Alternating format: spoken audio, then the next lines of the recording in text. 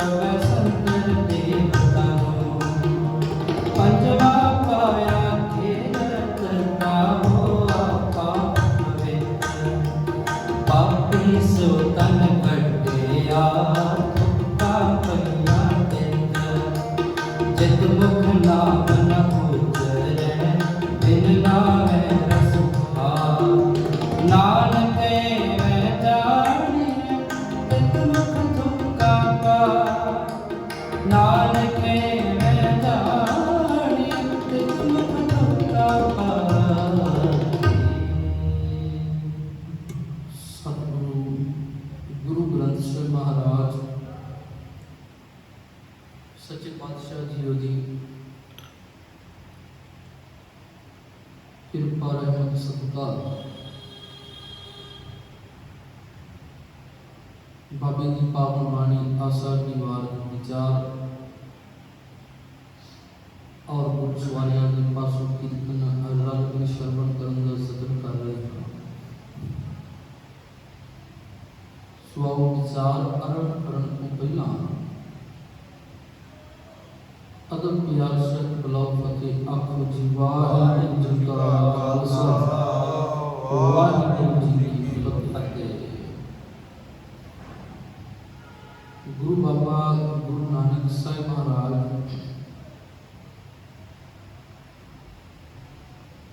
सच्चे पातशाह जीओ ने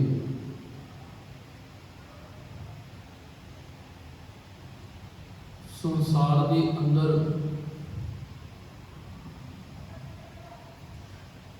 पाए हुए भरम भुलेखे अपनी सुंदर रचना पावन गुरबाणी के राही तोड़ दी और बड़े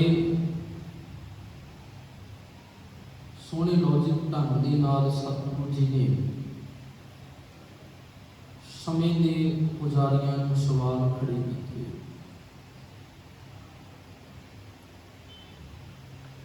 तो पिछले पौड़ियां नाल संबंधित श्लोकां की विचार जिथे सोच भेट के नाल संबंधित है और अज की पावन श्लोकां की पौड़ियां की विचार जो है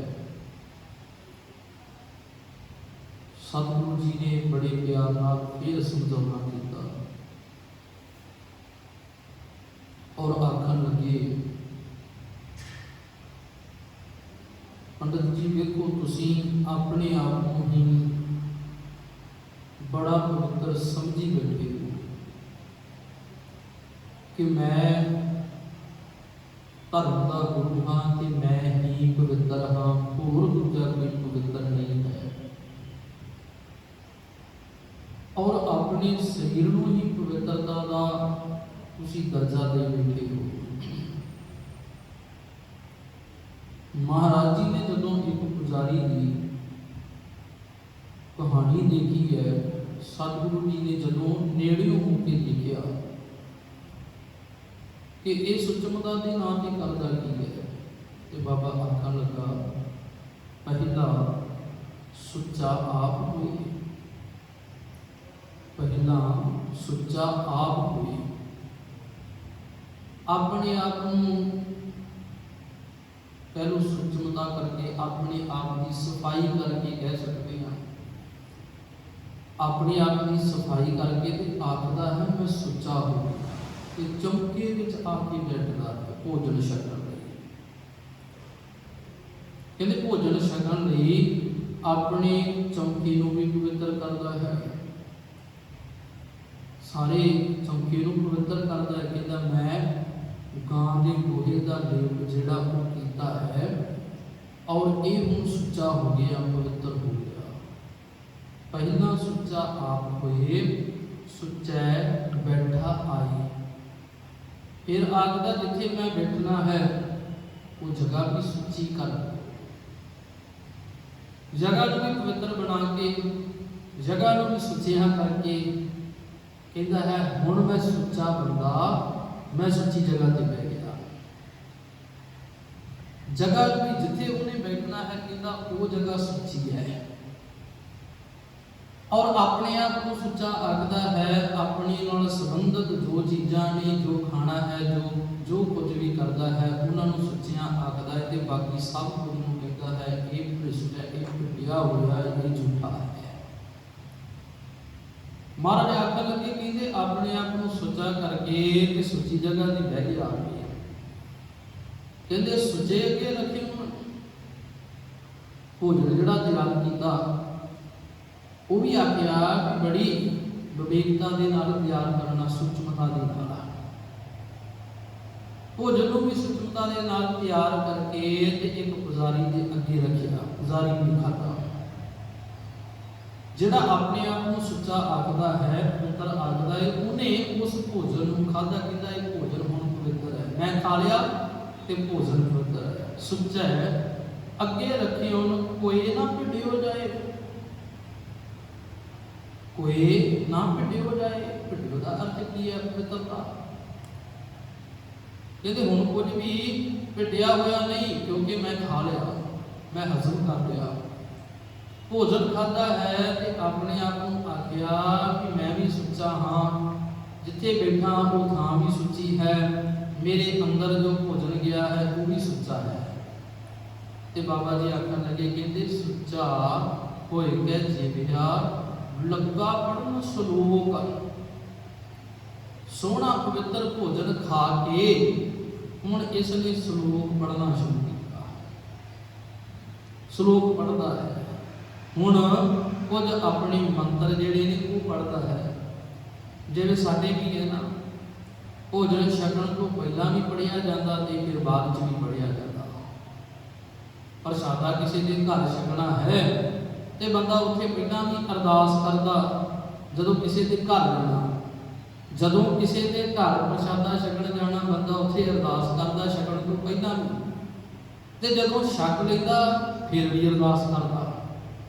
पर बड़ी हैरानी की गल है, उन्हां बंदियां नूं जदों देखो ना, जां लंगरां दे विच जां घरां दे विच, अपने घरां दे विच जदों प्रसादा छकदे ने, ना पहला अरदास करते हैं ना बाद च करते हैं अरदास। भी की होया भाई, दूजे के घर का भोजन जिहड़ा है, प्रसादा जिहड़ा है, कि उसनूं खाण लगिया कि जां उसकी अरदास कर लगिया अपने घर विच भी ते कीता जा सकता। सतगुरु गुरु नानक साहिब महाराज आखदे ने यही पुजारी का जिहड़ा पखंड है। पुजारी जी आई तुहाडा असल में पखंड है ना, अपने घर नूं तुसीं पवित्र आखदे हो ते दूजे के घर नूं अपवित्र आखदे हो।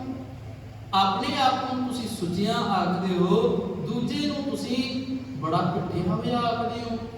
कैसी तुहाडी चाल है, कैसी तुहाडी सोच है, कैसा तुहाडा लौकिक है। सच्चे पातशाह जी ने आख्या कहते वेखो हुण सोहना भोजन छके ना ते श्लोक पढ़दा है।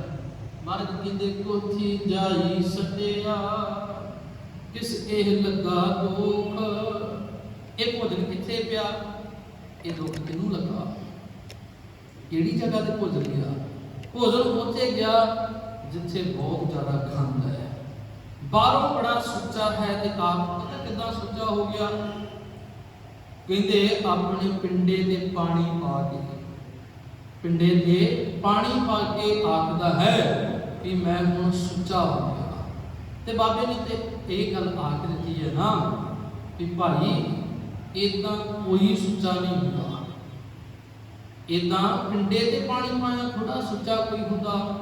सुचे इह ना आखिए बहन जे पिंडा धोए सुचे सही नानका जिन मन वसिया सोई। जिन्हां दे मन विच गुरबाणी का हुक्म, गुरबाणी का भाना भाव, गुरबाणी के वचन, गुरबाणी के गुण जिन्हां दे हिरदे विच बाणी वस गई है ना, सुचे। पिंडे ते पानी पाउण नाल नहीं, इक्की बार हथ मांजण नाल धोण नाल नहीं, केवल अपने बाडियां नूं मांजण नाल ही रेतां नाल नहीं सुचियां।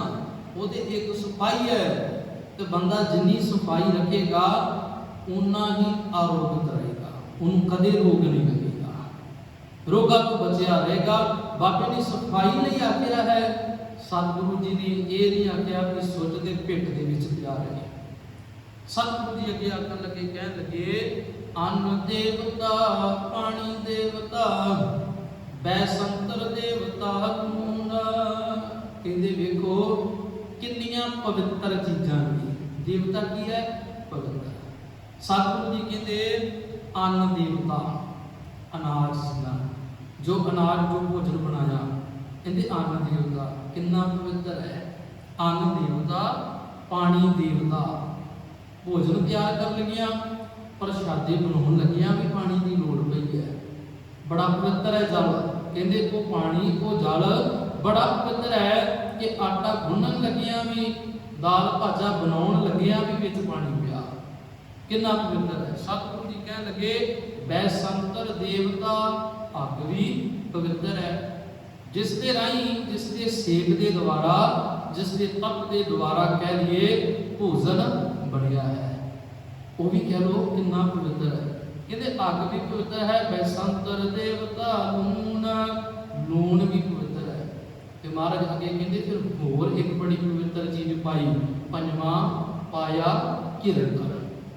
कहते फिर पंजवी चीज की पाई है घ्यो, वो भी बड़ी पवित्र है। सारिया पवित्र चीज़ां पाइया, भोजन बनाउण लगिया, अन्न बनाउण लगिया। ते सच्चे पातशाह जी ने समझाया, कहते ओ बंदिया तां हुआ पाक पवित्र, तां पवित्र भोजन बनिया है।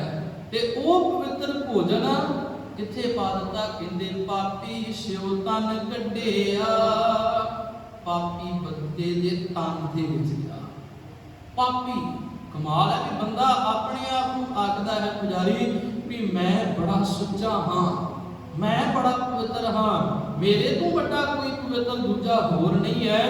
सतगुरु कहते नहीं, तू बाहरों ही पवित्र है शरीर करके, अंदर तेरी मैल है, अंदर मैल है।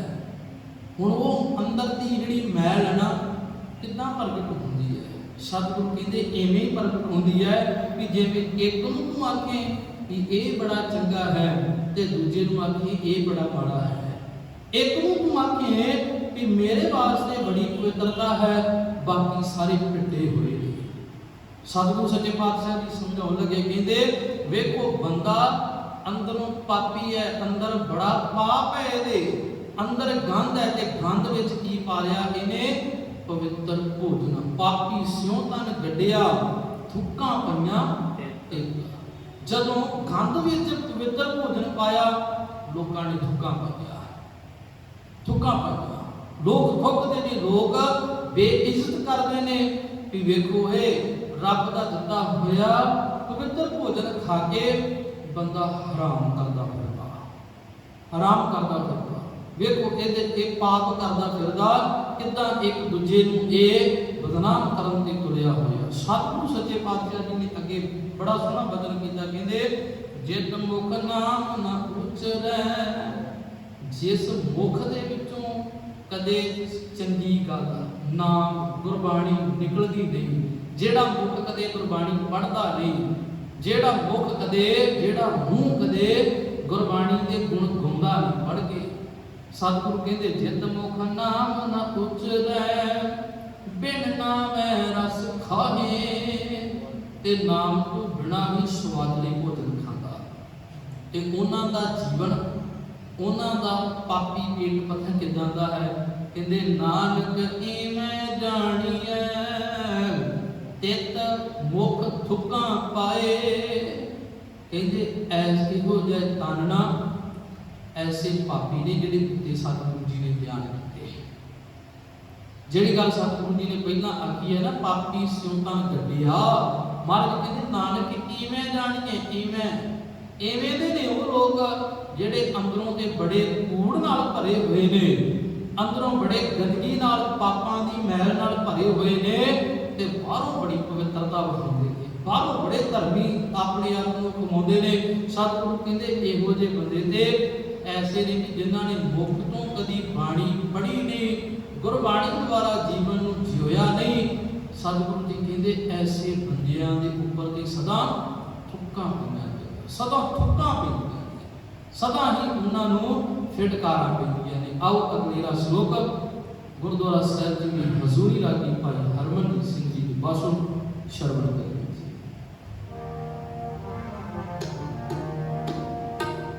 ਮਹਲਾ ਪਹਿਲਾ। ਪੰਡ ਜੰਮੀਐ ਪੰਡ ਨੇਮੀਐ, ਪੰਡ ਮੰਗਣ ਵੇਲਾ।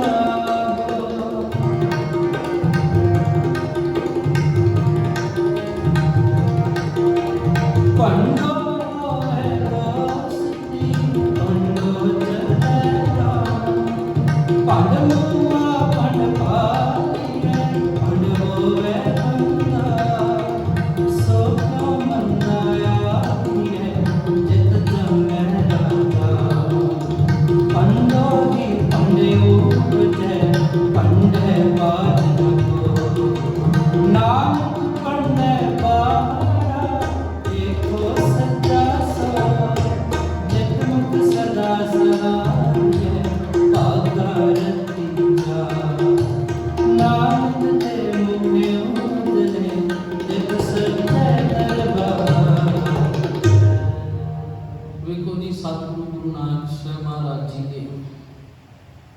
बड़े प्यार नाल समझाया कि अपने आप को पवित्र आखण वाले बंदे ने ना इस्त्री को बड़ा बना दिया।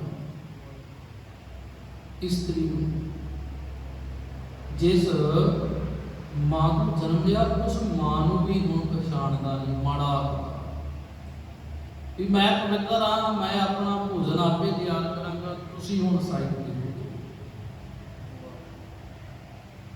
ਅਸੀਂ ਜੇ ਗੱਲ ਕਰੀਏ ਨਾ ਕਿ ਜਿਹੜੇ ਵਿਚਾਰੇ ਗੁਰਬਾਣੀ ਨਾਲ ਨਹੀਂ ਜੁੜੇ, ਕੇਵਲ ਬਾਬਿਆਂ ਦੀਆਂ ਧਾਰਨਾ ਤੋਂ ਪ੍ਰਭਾਵਿਤ ਹੋ ਕੇ, ਬਾਬਿਆਂ ਦੀਆਂ ਕਹਾਣੀਆਂ ਤੋਂ, ਬਾਬਿਆਂ ਦੀਆਂ ਗੱਲਾਂ ਤੋਂ ਪ੍ਰਭਾਵਿਤ ਹੋ ਕੇ ਕੇਵਲ ਇਸ ਗੱਲ ਵੱਲ ਤੁਰਦੇ ਨੇ ਕਿ ਦੇਖੋ ਅੰਮ੍ਰਿਤ ਛਕ ਲਿਆ। ਕਈ ਪਰਿਵਾਰਾਂ ਦੀਆਂ ਐਸੀਆਂ ਗੱਲਾਂ ਨੇ, ਕਈ ਪਰਿਵਾਰਾਂ ਦੀਆਂ ਅੰਮ੍ਰਿਤ ਛਕ ਲਿਆ, ਘਰ ਵਿੱਚ ਗਏ, ਹੁਣ ਜਿਸ ਮਾਂ ਦੇ ਪੇਟ ਤੋਂ ਜਨਮ ਲਿਆ ਨਾ, ਉਸ ਮਾਂ ਨੂੰ ਕਿਸੇ ਵੇਲੇ ਆਖਦੇ ਨੇ ਕਿ ਅਸੀਂ ਹੁਣ ਅੰਮ੍ਰਿਤ ਛਕਿਆ, ਅਸੀਂ ਹੁਣ ਮਾਂ ਤੇਰੇ ਨਾਲ ਬੈਠ ਕੇ ਭੋਜਨ ਨਹੀਂ ਛਕ ਸਕਦੇ। ਬੜਾ ਬੜਾ ਹੋ ਰਿਹਾ ਜੀ। ਸਤਿਗੁਰੂ ਜੀ ਨੇ ਅੰਮ੍ਰਿਤ ਛਕਾ ਕੇ ਨਫ਼ਰਤ ਥੋੜੀ ਫੈਲਾਈ ਹੈ कि ਜਾਂ ਬਾਬਿਆਂ ਦੀ ਛਕਾਉਣ ਲੱਗਿਆ, ਇਹ ਗੱਲ ਸਮਝਾਈ ਨਹੀਂ ਹੈ। ਸਤਿਗੁਰੂ ਜੀ ਦੀ ਮਰਿਆਦਾ ਵਿੱਚ ਤਾਂ ਇਹ ਕਿਤੇ ਨਹੀਂ ਹੈ ਜੀ ਕਿ ਤੁਸੀਂ ਆਪਣੇ ਘਰਦਿਆਂ ਤੋਂ ਜਮਾਂ ਹੀ ਜੁਦਾ ਹੋ ਜਾਓ। ਬੰਦਾ ਅੰਮ੍ਰਿਤ ਛਕ ਕੇ ਆਪਣੀ ਪਹਿਲਾਂ ਵੀ ਅੰਮ੍ਰਿਤ ਛਕਣ ਤੋਂ ਸਫਾਈ ਰੱਖਣੀ ਹੈ ਤੇ ਬਾਅਦ ਵਿੱਚ ਵੀ ਰੱਖਣੀ ਹੈ।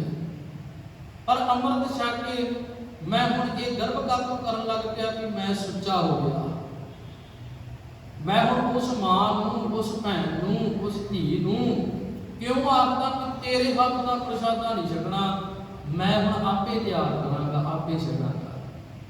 ਮੈਂ ਫਲਾਣੇ ਵਿਆਹ ਵਿੱਚ ਗਿਆ ਹਾਂ, ਸਫਾਈ ਵੇਖ ਕੇ ਭੋਜਨ ਛਕਣਾ, ਸਫਾਈ ਵੇਖ ਕੇ ਭੋਜਨ ਛਕ।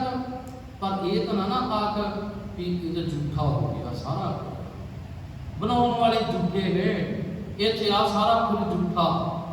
ਮਹਾਰਾਜ ਕਹਿੰਦੇ ਨਮ ਨਹੀਂ, ਸਫਾਈ ਦੇ ਕੇ ਦੇਖ ਵੀ ਪਲੇਟਾਂ ਸਾਫ਼ ਨਹੀਂ, ਸਾਫ਼ ਕਰੋ, ਆਹ ਚੀਜ਼ ਇਦਾਂ ਦੀ ਹੈ, ਸਾਫ਼ ਕਰੋ। ਪਰ ਹੁਣ ਇਹ ਗੱਲ ਤਾਂ ਨਹੀਂ ਨਾ ਵੀ ਮੈਂ ਆਖਾਂ ਇਹ ਸਾਰਾ ਕੁਝ ਝੂਠਾ। ਧਰਮ ਨਾਲ ਤੂੰ ਜੋੜ ਕੇ ਰੱਖ ਦਿੱਤਾ ਖਾਣ ਵਾਲੀਆਂ ਚੀਜ਼ਾਂ ਨੂੰ ਸਾਰੇ ਸਤਿਗੁਰੂ ਸੱਚੇ ਪਾਤਸ਼ਾਹ ਆਖਣ ਲੱਗੇ ਵੇਖੋ ਇੱਕ ਆਪਣੇ ਆਪ ਨੂੰ ਸੁਚਮਤਾ ਅਪਣਾਉਣ ਵਾਲਾ ਪੰਡਤ ਕੀ ਕਰਦਾ ਹੈ, ਕਹਿੰਦਾ ਹੈ ਕਿ ਇਸਤਰੀ ਜਿਹੜੀ ਹੈ ਉਹ ਮਾੜੀ ਹੈ, ਉਹ ਅਪਵਿੱਤਰ ਹੈ। ਪਿੱਛੇ ਵੀ ਆਪਾਂ ਸ਼ਲੋਕ ਪੜ੍ਹਿਆ ਕਿ ਬੀਬੀ ਨੂੰ ਇਹਦਾ ਆਖਿਆ ਕਿ ਉਹ ਧਾਰਮਿਕ ਗੁਰੂ ਨਹੀਂ ਬਣ ਸਕਦੀ, ਧਾਰਮਿਕ ਆਗੂ ਨਹੀਂ ਬਣ ਸਕਦੀ ਕਿਉਂਕਿ ਇਹ ਅਪਵਿੱਤਰ ਹੈ।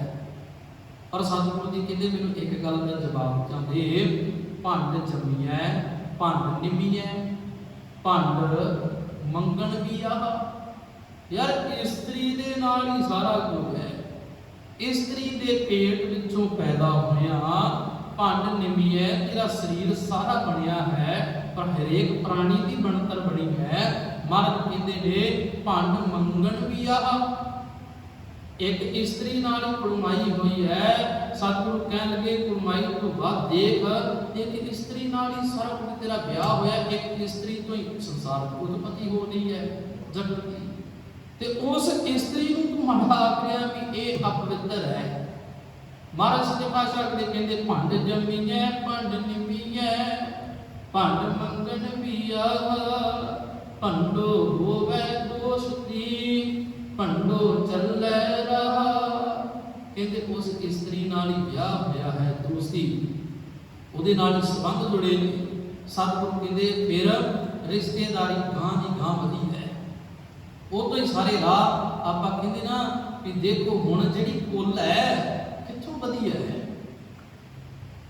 ਕੁੱਲ ਜਿਹੜੀ ਹੈ ਆਪਾਂ ਕਿ ਅਰਦਾਸਾਂ ਕਰਦੇ ਵੀ ਸਾਡੀ ਕੁੱਲ ਅੱਗੇ ਵਧੇ, ਕਿੱਥੋਂ ਇਸਤਰੀ ਤੋਂ ਹੀ ਕੁੱਲ ਅੱਗੇ ਵਧ ਰਹੀ ਹੈ। ਪਰ ਉਸ ਇਸਤਰੀ ਨੂੰ ਕਿਉਂ ਮਾੜਾ ਆਖਦੇ ਹੋ? ਬਾਬਾ ਜੀ ਆਖਦੇ ਭੰਡ ਮੂਆ ਭੰਡ ਭਾਲੀ ਹੈ। ਇੱਕ ਇਸਤਰੀ ਮਰ ਗਈ ਤੇ ਫਿਰ ਕਿਹਨੂੰ ਲੱਭਦਾ ਫਿਰਦਾ? ਜਿਹਦੇ ਨਾਲ ਵਿਆਹ ਹੋਇਆ ਇਹਦੇ ਉਹ ਮਰ ਗਈ ਹੈ ਤੇ ਉਸ ਤੋਂ ਬਾਅਦ ਫਿਰ ਕੀ ਭਾਲਦਾ? ਫਿਰ ਇਸਤਰੀ ਭਾਲਦਾ ਕਿ ਦੂਜੀ ਇਸਤਰੀ ਨਾਲ ਵਿਆਹ ਹੋ ਜਾਏ। ਸਤਿਗੁਰੂ ਕਹਿੰਦੇ ਭੰਡ ਮੂਆ ਭੰਡ ਭਾਲੀ ਹੈ ਭੰਡ ਹੋਵੇ ਬੰਧਨ ਸੋ ਕਿਉ ਮੰਦਾ ਆਖੀਐ ਜਿਤ ਜੰਮੈ ਰਾਜਾਨ। ਲੈ ਉਸ ਇਸਤਰੀ ਨੂੰ ਕਿਉਂ ਮਾੜਾ ਆਖਦਾ? ਜਿਸ ਇਸਤਰੀ ਤੋਂ ਤੇਰਾ ਘਰ ਬੱਝਾ ਹੈ, ਤੇਰੇ ਵਾਸਤੇ ਬਾਕੀ ਰਿਸ਼ਤੇਦਾਰੀਆਂ ਦੇ ਰਾਹ ਖੁੱਲੇ ਨੇ, ਤੇਰੀ ਕੁੱਲ ਵਧੀ ਹੈ, ਕਹਿੰਦੇ ਸੋ ਕਿਉਂ ਮੰਦਾ ਆਖੀਐ? ਭੈੜਿਆ ਪਾਪੀ ਸੋ ਤਨ ਗੱਡਿਆ, ਇਹ ਪਾਪੀਆ ਗੁਜ਼ਾਰੀਆ ਉਸ ਇਸਤਰੀ ਨੂੰ ਕਿਉਂ ਮਾੜਾ ਆਖਦਾ? ਕਿਉਂ ਭੈੜਾ ਆਖਦਾ ਹੈ? ਸੋ ਕਿਉਂ ਮੰਦਾ ਆਖੀਐ ਜਿਤ ਜੰਮੈ ਰਾਜਾਨ। ਜਿਸ ਇਸਤਰੀ ਦੇ ਪੇਟ ਚੋਂ ਰਾਜੇ ਮਹਾਰਾਜਿਆਂ ਨੇ ਬਾਬਿਆਂ ਨੇ ਜਨਮ ਲਿਆ ਹੈ, ਕਿਉਂ ਭੈੜਾ ਆਖਦਾ? ਭੈੜਾ ਤੇ ਆਪ ਹੈ। ਸਤਿਗੁਰੂ ਜੀ ਅੱਗੇ ਆਖਿਆ ਕਹਿੰਦੇ ਭੰਡੋ ਹੀ ਭੰਡ ਉਪਜੈ ਭੰਡੈ ਬਾਜ ਨ ਕੋਏ। ਇਸਤਰੀ ਤੋਂ ਹੀ ਅਗਾਂਹ ਹੋਰ ਜਿਹੜੇ ਰਸਤੇ ਜਿਹੜੀ ਖੁੱਲੇ, ਇਸਤਰੀ ਤੋਂ ਹੀ ਇਸਤਰੀ ਦਾ ਜਨਮ ਹੋਇਆ ਹੈ। ਭੰਡੋ ਹੀ ਭੰਡ ਉਪਜੈ ਭੰਡੈ ਬਾਜ ਨ ਕੋਏ। ਨਾਨਕ ਭੰਡੈ ਬਹਰਾ ਏਕੋ ਸੱਚਾ ਸੋਇ ਸੋਇ। ਅਸਲ ਵਿੱਚ ਸੱਚਾ ਉਹ ਹੈ ਜਿਹਦੇ ਅੰਦਰ ਸੱਚਾ ਵਸ ਗਿਆ ਤੇ ਉਹ ਸੁੱਚਾ ਹੋ ਗਿਆ। ਉਹਨੇ ਇਸਤਰੀ ਨੂੰ ਹੋਰ ਕਿਸੇ ਨੂੰ ਮਾੜਾ ਨਹੀਂ ਆਖਿਆ, ਕੇਵਲ ਉਹ ਸੱਚਾ ਹੈ। ਸਤਿਗੁਰੂ ਜੀ ਨੇ ਆਖਿਆ ਕਹਿੰਦੇ ਜਿਤ ਮੁਖ ਸਦਾ ਸਲਾਹੀਐ। ਜਿਸ ਮੁਖ ਦੇ ਨਾਲ ਹੁਣ ਸਦਾ ਉਸ ਕਰਤੇ ਦੀ ਸ਼ੁਭ ਸਲਾਹ ਹੋ ਰਹੀ ਹੈ, ਭਾਗਾ ਰਤੀ ਚਾਰ, ਉਸ ਦੇ ਮੱਥੇ ਤੇ ਸਮਝ ਲਓ ਗੁਣਾ ਦੀ ਬਣੀ ਹੈ। ਉਸ ਦਾ ਮਸਤਕ ਜਿਹੜਾ ਹੁਣ ਸੁਹਾਵਣਾ ਹੈ, ਭਾਗਾਂ ਵਾਲਾ ਹੈ। ਮਹਾਰਾਜ ਕਹਿੰਦੇ ਨਾਨਕ ਦੇ ਮੁਖ ਉਜਲੇ ਤਿਤ ਸੱਚੇ ਦਰਬਾਰ। ਉਹ ਰੱਬੀ ਦਰਬਾਰ ਦੇ ਅੰਦਰ ਸੋਹਣੇ ਲੱਗਦੇ ਨੇ ਕਿਉਂਕਿ ਉਹਨਾਂ ਦਾ ਮਸਤਕ, ਉਹਨਾਂ ਦਾ ਮੱਥਾ ਹੁਣ ਸੋਹਣਾ ਹੈ। ਉਹਨਾਂ ਦੇ ਮੱਥੇ ਦੇ ਵਿੱਚ ਰੱਬੀ ਗੁਣ ਵਸੇ ਨੇ। ਇਸ ਕਰਕੇ ਹੁਣ ਉਹਨਾਂ ਨੂੰ ਰੱਬ ਦੀ ਪੈਦਾ ਕੀਤੀ ਹੋਈ ਹਰੇਕ ਚੀਜ਼ ਪਵਿੱਤਰ ਲੱਗਦੀ ਹੈ। ਕਿਸੇ ਚੀਜ਼ ਦਾ ਵੀ ਹੁਣ ਗਰਭ ਨਹੀਂ ਹੈ। ਆਓ ਪੌੜੀ ਦਾ ਪਾਠ ਸ਼ਬਦ ਨਾਨਕ ਤੇ ਮੁਖ ਉਜਲੇ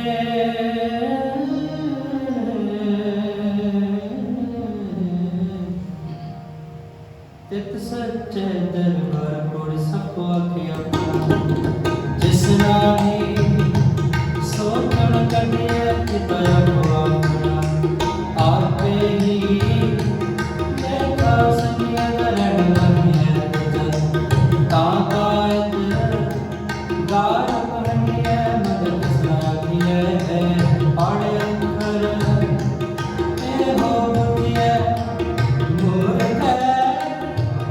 ਦਾਲ ਨਾ ਦੁਜੀਏ, ਦਾਲ ਨਾ ਦੁਜੀਏ, ਦਾਲ ਨਾ ਦੁਜੀਏ। ਸਤਿਗੁਰੂ ਸੱਚੇ ਪਾਤਸ਼ਾਹ ਜੀ ਬੜੇ ਪਿਆਰ ਨਾਲ ਸਮਝਾਉਂਦੇ ਜੀ, ਕਹਿੰਦੇ ਅਸਲ ਵਿੱਚ ਸੋਚ ਤੇ ਭੇਟ ਇੱਕ ਦੂਜੇ ਨੂੰ ਅੱਜ ਜਿਵੇਂ ਪੁਜਾਰੀ ਨੇ ਜਾਲ ਜਿਹੜਾ ਵਿਛਾਇਆ ਨਾ, ਉਹਦਾ ਕਾਰਨ ਕੀ ਹੈ? ਕਿਉਂਕਿ ਇਹ ਸਾਰਾ ਕੁਝ ਹੀ ਆਪਣਾ ਚਾਹੁੰਦਾ ਕਿ ਮੇਰਾ ਹੀ ਹੈ ਸਾਰਾ ਕੁਝ ਆਖਦਾ ਹੈ। ਅੰਦਰ ਹੰਕਾਰ ਬੈਠਾ ਹੋਇਆ ਵੀ ਮੈਂ ਹੁਣ ਜਗਤ ਦਾ ਗੁਰੂ ਬਣ ਗਿਆ ਤੇ ਜਗਤ ਨੂੰ ਮੈਂ ਹੀ ਚਲਾ ਸਕਦਾ, ਮੇਰੇ ਮੁਤਾਬਕ ਹੀ ਇਹ ਸਾਰੇ ਚੱਲਣਗੇ। ਪਰ ਸਤਿਗੁਰੂ ਸੱਚੇ ਪਾਤਸ਼ਾਹ ਆਖਦੇ ਨਹੀਂ, ਕਹਿੰਦੇ ਸਭ ਕੋ ਆਖੈ ਆਪਣਾ, ਸਾਰਾ ਕੁਝ ਹੀ ਕਹਿੰਦਾ ਹੈ ਮੇਰਾ। ਸਭ ਕੋ ਆਖੈ ਆਪਣਾ, ਜਿਸ ਨਾਹੀ ਸੋ ਚੁਣ ਕੱਢੀਐ, ਕੀਤਾ ਆਪੋ ਆਪਣਾ ਆਪੇ ਹੀ ਲੇਖਾ ਸੰਡੀਐ। ਸਾਰਾ ਕੁਝ ਜਨਾਉਂਦਾ ਵੀ ਮੇਰਾ ਹੀ ਹੈ, ਕੀ ਗੱਲਾਂ ਚੁਣਦੇ। ਸੱਚੇ ਪਾਤਸ਼ਾਹ ਆਖਦੇ ਨੇ, ਕਹਿੰਦੇ ਅਸਲ ਵਿੱਚ ਪਤਾ ਕੀ ਹੈ ਚੱਲਿਆ, ਗੱਲ ਨੂੰ ਸਮਝ, ਕੀਤਾ ਆਪੋ ਆਪਣਾ। ਹਰੇਕ ਦਾ ਜੋ ਜਿਸਨੇ ਕਰਮ ਕੀਤਾ ਹੈ ਉਹ ਜਿਹਾ ਹੀ ਫਲ ਮਿਲਣਾ, ਤੇ ਉਹ ਫਲ ਤੇ ਅੱਗੇ ਜਾ ਕੇ ਨਹੀਂ ਇੱਥੇ ਜੋ ਉਹ ਕੁਝ ਕਰ ਰਿਹਾ ਨਾ ਉਹਨੂੰ ਉਸੇ ਦਾ ਹੀ ਉਹ ਫਲ ਮਿਲਣਾ ਹੈ। ਕੀਤਾ ਆਪੋ ਆਪਣਾ ਆਪੇ ਹੀ ਲੇਖਾ ਸੰਡੀਐ, ਉਹਦਾ ਲੇਖਾ ਇੱਥੇ ਹੀ ਹੋਣਾ ਹੈ, ਉਹ ਸਾਰਾ ਕੁਝ ਇੱਥੇ ਹੀ ਉਹਨੂੰ ਮਿਲਣਾ ਹੈ। ਸੱਚੇ ਪਾਤਸ਼ਾਹ ਸਮਝਾਉਂਦੇ, ਕਹਿੰਦੇ ਜਾਂ ਰਹਿਣਾ ਨਹੀਂ ਹੈ ਤੇ ਜਗ, ਜੇ ਇਸ ਸੰਸਾਰ ਦੇ ਵਿੱਚ ਰਹਿਣਾ ਹੀ ਨਹੀਂ ਹੈ, ਇਸ ਗੱਲ ਦਾ ਵੀ ਪਤਾ ਹੈ ਕਿ ਜਿਹੜਾ ਬੰਦਾ ਸੁਚਮਤਾ ਦੇ ਨਾਮ ਤੇ ਲੋਕਾਂ ਨੂੰ ਲੁੱਟ ਰਿਹਾ, ਸੁਚ ਭਿੱਟ ਦੇ ਨਾਮ ਤੇ, ਮਹਾਰਾਜ ਕਹਿੰਦੇ ਪਤਾ ਤੇ ਹੈ ਕਿ ਰਹਿਣਾ ਨਹੀਂ ਇਸ ਜਗ ਦੇ ਵਿੱਚ, ਤੇ ਫਿਰ ਹੰਕਾਰ ਕਾਹਤੋਂ ਕਰਾਂ। ਜਾਂ ਰਹਿਣਾ ਨਾਹੀ ਐਤ ਜਗ, ਤਾਂ ਕਾਇਦਗਾਰ ਬਹੰਡੀ ਹੈ, ਤਾਂ ਮੈਂ ਧਰਮ ਦਾ ਆਗੂ ਅਖਾਉਂਦਾ ਹੋਇਆ ਮੈਂ ਕਿਵੇਂ ਆਪਣੇ ਆਪ ਦਾ ਹੰਕਾਰ ਕਾਹਤੋਂ ਕਰਾਂ। ਕਾਹਦਾ ਹੰਕਾਰ ਕਰਾਂ ਮੈਂ ਵੀ ਮੈਂ ਧਰਮ ਦਾ ਆਗੂ ਹਾਂ, ਮੈਂ ਹੀ ਸਾਰਿਆਂ ਨੂੰ ਚਲਾ ਸਕਦਾ, ਮੈਂ ਹੀ ਪ੍ਰਬੰਧ ਚਲਾ ਸਕਦਾ, ਮੈਂ ਹੀ ਇਹ ਸਾਰੇ ਧਰਮ ਸਿਸਟਮ ਨੂੰ ਚਲਾ ਸਕਦਾ। ਕਿਤੇ ਕਾਹਦਾ ਹੰਕਾਰ ਕਰਦਾ। ਇੱਥੇ ਤੇ ਕਿਸੇ ਦੇ ਵੀ ਨਹੀਂ ਰਹਿਣਾ, ਜੇ ਰਹਿਣਾ ਤਾਂ ਚੁਣ ਕੇ ਕੱਢ ਲੈ ਬਾਹਰ। ਸੱਚੇ ਪਾਤਸ਼ਾਹ ਕਹਿਣ ਲੱਗੇ, ਜਾਂ ਰਹਿਣਾ ਨਾਹੀ ਐਤ ਜਗ, ਤਾਂ ਕਾਇਦਗਾਰ ਬਹੰਡੀ ਹੈ, ਮੰਦਾ ਕਿਸੇ ਨਾ ਆਖੀਐ। ਕਿਸੇ ਨੂੰ ਵੀ ਬੋਲ ਮਾੜਾ ਨਾ, ਕਿਸੇ ਮੰਦਾ ਕਿਸੇ ਨਾ ਆਖੀਐ, ਪੜ ਅੱਖਰ ਇਹੋ ਬੁਝੀਐ। ਲੈ ਰੱਬੀ ਗੁਣਾਂ ਦੇ ਅੱਖਰ ਪੜ ਕੇ ਤੇ ਸਮਝ ਲੈ, ਰੱਬੀ ਬਾਣੀ ਨੂੰ ਪੜ ਕੇ ਤੇ ਸਮਝ ਲੈ ਅੱਖਰ, ਧਿਆਨ ਨਾਲ ਅੱਖਰਾਂ ਨੂੰ ਸਮਝ ਲੈ, ਬਾਣੀ ਦੇ ਅੱਖਰਾਂ ਨੂੰ ਵੀ ਗੁਰੂ ਕੀ ਆਖਦਾ ਹੈ। ਆ ਅੱਖਰਾਂ ਨੂੰ ਪੜ ਕੇ ਤੇ ਸਮਝਣਾ ਹੈ। ਵੇਖੋ ਗੁਰੂ ਨੇ ਤੇ ਵਾਰ-ਵਾਰ ਆਖਿਆ ਵੀ ਬਾਣੀ ਨੂੰ ਮੰਤਰ ਜਾਪ ਨਹੀਂ ਕਰਨਾ, ਗੁਰਬਾਣੀ ਨੂੰ ਮੰਤਰ ਜਾਪ ਨਹੀਂ। ਮੈਂ ਆਖਾਂ ਕਿ ਜਪਜੀ ਸਾਹਿਬ ਦੇ ਇੰਨੀ ਵਾਰ ਪਾਠ ਕਰ ਲੈਣੇ ਜੀ, 51 ਵਾਰ ਪਾਠ ਕਰ ਲੈਣੇ ਜੀ, 101 ਵਾਰ ਕੀ ਕਰਨੇ ਕਦੀ ਜਰਾ। ਬਾਣੀ ਨੂੰ ਵਾਰ-ਵਾਰ ਪੜ, ਪਰ ਜਿਹੜੇ ਅੱਖਰ ਪੜ ਰਹੇ ਉਹਨਾਂ ਅੱਖਰਾਂ ਨੂੰ ਸਮਝ ਲਈਏ। ਗੁਰਬਾਣੀ ਅੱਖਰ ਸਮਝਣ ਵਾਸਤੇ ਤੇ ਅੱਖਰ ਸਮਝ ਕੇ ਸੋਹਣੀ ਜ਼ਿੰਦਗੀ ਜਿਉਣ ਵਾਸਤੇ ਹੈ, ਨਾ ਗੁਰਬਾਣੀ ਸਾਨੂੰ ਉਲਝਣਾਂ ਤੋਂ ਕੱਢਦੀ ਹੈ, ਨਾ ਕਿ ਪਾਉਂਦੀ ਹੈ। ਗੁਰਬਾਣੀ ਪੜ੍ਹਨ ਵਾਲੇ ਉਲਝਣਾਂ ਵਿੱਚ ਫਸੇ ਦਿਸਦੇ ਨੇ, ਗੁਰਦੁਆਰਿਆਂ ਦੇ ਵਿੱਚ ਪੂਜਾ ਕਰਨ ਵਾਲੇ ਉਲਝਣਾਂ ਦੇ ਵਿੱਚ ਫਸੇ ਹੋਏ ਦਿਸਦੇ ਨੇ। ਜਦੋਂ ਕਿਤੇ ਦੇਖੀਦਾ ਨਾ ਗੁਰਦੁਆਰੇ ਸ਼ਨੀਵਾਰ ਹੁੰਦਾ ਤੇ ਸ਼ਨੀਵਾਰ ਨੂੰ ਛੋਲੇ ਕਈ ਬਣਾ ਕੇ ਤੇ ਚੱਕੀ ਲਾਉਂਦੇ ਨੇ, ਕਹਿੰਦੇ ਜੀ ਅਸੀਂ ਸਿੱਖ ਹੁੰਦੇ ਹਾਂ ਤੇ ਇਸ ਕਰਕੇ ਅਸੀਂ ਨਾ ਸ਼ਨੀ ਮੰਦਰ ਨਹੀਂ ਜਾ ਸਕਦੇ ਤੇ ਅਸੀਂ ਉਹ ਪ੍ਰਸ਼ਾਦ ਜਿਹੜਾ ਹੈ ਨਾ ਇੱਥੇ ਲੈ ਆਉਂਦੇ ਹਾਂ, ਉਹ ਇੱਥੇ ਲੈ ਆਉਂਦੇ ਹਾਂ, ਗੁਰਦੁਆਰਿਆਂ 'ਚ ਅਸੀਂ ਚੜਾ ਦਿੰਦੇ ਹਾਂ। ਗੁਰਦੁਆਰੇ ਮੰਦਰਾਂ ਦਾ ਰੂਪ ਨਹੀਂ, ਗੁਰਦੁਆਰੇ ਸਕੂਲ ਦਾ, ਯੂਨੀਵਰਸਿਟੀਆਂ ਦਾ ਰੂਪ ਹੈ। ਇੱਥੇ ਕੁਝ ਸਿੱਖਿਆ ਜਾਂਦਾ ਹੈ। ਬਾਬਾ ਪੁਕਾਰ ਕੇ ਆਖਦਾ ਇਹ ਪੁਜਾਰੀ ਦਾ ਘਰ ਨਹੀਂ, ਆ ਗੁਰਦੁਆਰੇ ਪੁਜਾਰੀ ਦਾ ਘਰ ਨਹੀਂ, ਇੱਥੇ ਤਾਂ ਗੁਰਦੁਆਰਾ ਹੋਏ ਸੋਝੀ ਪਾਈ ਸੀ, ਇੱਥੇ ਸੋਝੀ ਮਿਲਦੀ ਹੈ ਤੇ ਸੋਹਣੀ ਜ਼ਿੰਦਗੀ ਜਿਉਂਦੀ ਹੈ। ਮਹਾਰਾਜ ਸੱਚੇ ਪਾਤਸ਼ਾਹ ਆਖਦੇ ਅਖੀਰ ਕਹਿੰਦੇ ਮੰਦਾ ਕਿਸੇ ਨਾ ਆਖੀਐ, ਪੜ ਅੱਖਰ ਇਹੋ ਬੁਝੀਐ, ਮੂਰਖ ਹੈ ਨਾਲ ਬੁਝੀਐ। ਜਿਹੜਾ ਬੰਦਾ ਨਹੀਂ ਨਾ ਸਮਝਦਾ ਅੱਖਰਾਂ ਨੂੰ, ਉਹਦੇ ਨਾਲ ਉਲਝਣਾ ਨਹੀਂ ਚਾਹੀਦਾ। ਉਸ ਮੂਰਖ ਨੂੰ ਛੱਡ ਦੇਣਾ ਚਾਹੀਦਾ ਜਿਹੜਾ ਕੇਵਲ ਇਸ ਗੱਲ ਤੇ ਹੀ ਅੜਿਆ ਨਾ ਵੀ 21 ਵਾਰ ਹੱਥ ਧੋਣ ਦੇ ਨਾਲ ਪਵਿੱਤਰਤਾ ਆਉਂਦੀ ਹੈ। ਮਹਾਰਾਜ ਕਹਿੰਦੇ ਉਹਨੂੰ ਸਮਝਾਉਣ ਦਾ ਕੀ ਫਾਇਦਾ ਫਿਰ। ਜਿਹੜਾ ਇਸ ਗੱਲ ਤੇ ਅੜਿਆ ਨਾ ਵੀ ਮੈਂ ਅੰਮ੍ਰਿਤ ਛਕ ਲਿਆ ਤੇ ਘਰ ਵਿੱਚ ਇਕੱਲਾ ਮੈਂ ਹੀ ਪਵਿੱਤਰ ਹੈ, ਬਾਕੀ ਸਾਰੇ ਝੂਠੇ ਨੇ, ਕਹਿੰਦੇ ਕੋਈ ਫਾਇਦਾ ਨਹੀਂ ਇਹ ਸਮਝਾਉਣ ਦਾ। ਇਹੋ ਜਿਹੇ ਮੂਰਖ ਨੂੰ ਛੱਡ ਦੇਣਾ ਚਾਹੀਦਾ। ਇਹੋ ਜਿਹੇ ਮੂਰਖ ਨਾਲ ਮੱਥਾ ਨਹੀਂ ਮਾਰਨਾ ਚਾਹੀਦਾ, ਕਿਉਂਕਿ ਉਹ ਸਮਝਣ ਵਾਸਤੇ ਨਹੀਂ, ਉਸ ਨੇ ਧਰਮ ਦਾ ਆਪਣਾ ਬਾਣਾ ਪਹਿਨਿਆ, ਉਹਨੇ ਕੇਵਲ ਵਿਖਾਉਣ ਵਾਸਤੇ ਪਹਿਨਿਆ ਹੈ। ਤੇ ਜਿਹੜਾ ਕੇਵਲ ਵਿਖਾਉਣ ਵਾਸਤੇ ਪਹਿਨੀ ਬੈਠਾ ਹੈ, ਉਹਨੂੰ ਸਮਝਾਉਣ ਦੀ ਲੋੜ ਕੋਈ ਨਹੀਂ। ਮੂਰਖੇ ਨਾਲ ਨਾ ਰੁੱਝੀਏ, ਮੂਰਖ ਬੰਦੇ ਨਾਲ ਝਗੜਾ ਕਰਨ ਦੀ ਲੋੜ ਨਹੀਂ ਹੈ। ਆਓ ਧਰਮੀ ਬਣਨਾ ਹੈ ਤੇ ਮੂਰਖ ਨਹੀਂ ਬਣਨਾ। ਜੇ ਮੂਰਖ ਬਣਨਾ ਤੇ ਧਰਮ ਦਾ ਝੋਗਾ ਲਾ ਦਈਏ, ਕਿਉਂਕਿ ਮੂਰਖਾਂ ਦੀਆਂ ਬਹੁਤ ਲੈਣਾ ਦੁਨੀਆਂ ਕਰਦੀਆਂ ਨੇ, ਜਿਹੜੇ ਮੂਰਖਾਂ ਨੇ ਧਰਮ ਨੂੰ ਆਪਣੇ ਮੁਤਾਬਕ ਚਲਾਇਆ ਹੋਇਆ। ਆਓ ਗੁਰੂ ਕਿਰਪਾ ਕਰੇ, ਸੱਚੇ ਪਾਤਸ਼ਾਹ ਦੀ ਆਪਣੇ ਦਰੋਂ ਘਰੋਂ ਸਾਨੂੰ ਸਭਨਾਂ ਨੂੰ ਗੁਰਬਾਣੀ ਦੀ ਸੋਝੀ, ਗੁਰਬਾਣੀ ਦੀ ਸਿੱਖਿਆ, ਅਸੀਂ ਸਾਰੇ ਹੀ ਗੁਰਬਾਣੀ ਦੇ ਮੁਤਾਬਕ ਚੱਲ ਕੇ ਆਪਣੇ ਕਰ ਸਕੀਏ ਲੋਕ ਸੁਖੀਏ ਪਰਲੋਕ ਸੁਖੀਏ। ਨਾਨਕ ਹਰਿ ਪ੍ਰਭ ਆਪੇ ਮੇਲੇ ਬੁਲਾਓ ਫਤਿਹ ਆਪੋ ਜੀ। ਵਾਹਿਗੁਰੂ ਜੀ ਕਾ ਖਾਲਸਾ